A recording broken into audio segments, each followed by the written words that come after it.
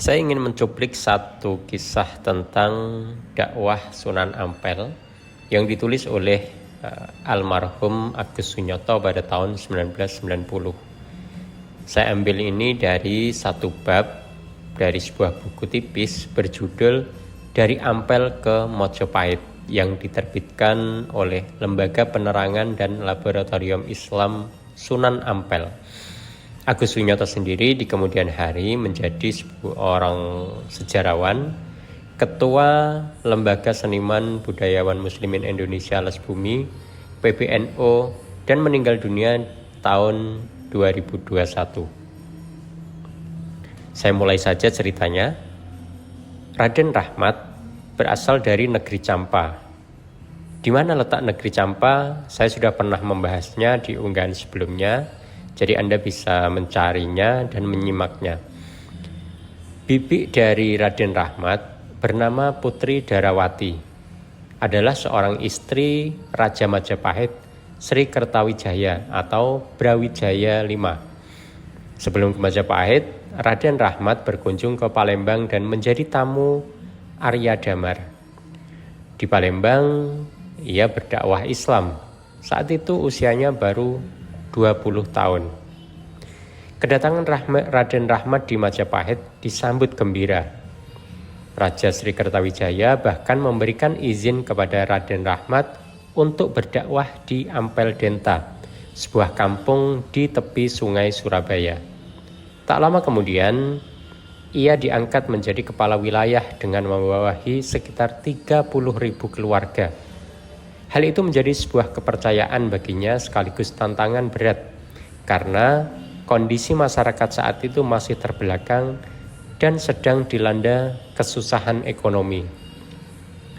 Melihat kondisi masyarakatnya yang memprihatinkan, Raden Rahmat melakukan gerakan dakwah melalui pendidikan, pertanian, kebudayaan, pertukangan, dan lainnya. Ia mendidik, membimbing, dan mengarahkan tak hanya soal agama, tapi juga urusan ekonomi masyarakat. Raden Rahmat pun mendapat banyak simpati dari masyarakat atas usahanya tersebut.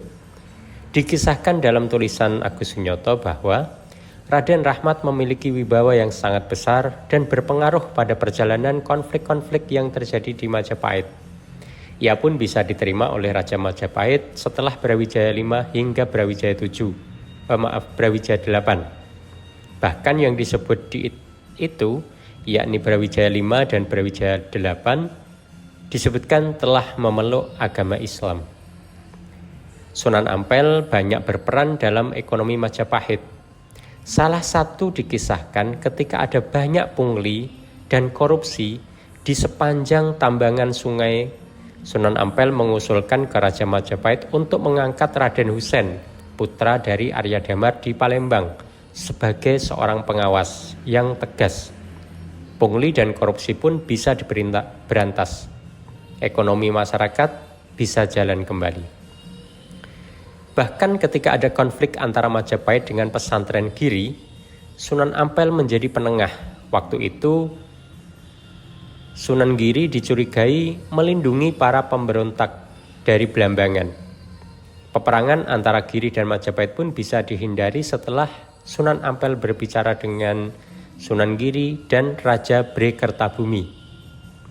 Agus Sunyoto juga melihat peran besar Sunan Ampel atas berdirinya Demak. Waktu itu, Sunan Ampel melihat situasi politik di Majapahit sudah tidak bisa terkendali.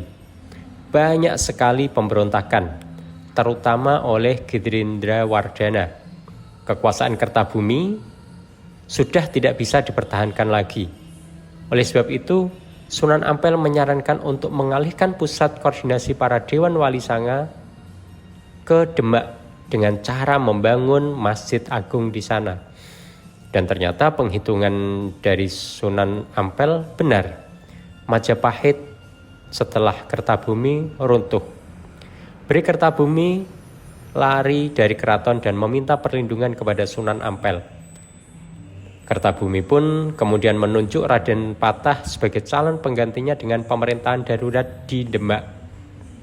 Kertabumi kemudian mangkat dan dimakamkan di sekitar masjid. Di kemudian hari, ketika Raden Patah hendak menyerang Majapahit, Sunan Ampel melarangnya karena bagi Sunan Ampel peperangan bukan solusi yang tepat. Ia hanya akan menyengsarakan rakyat banyak.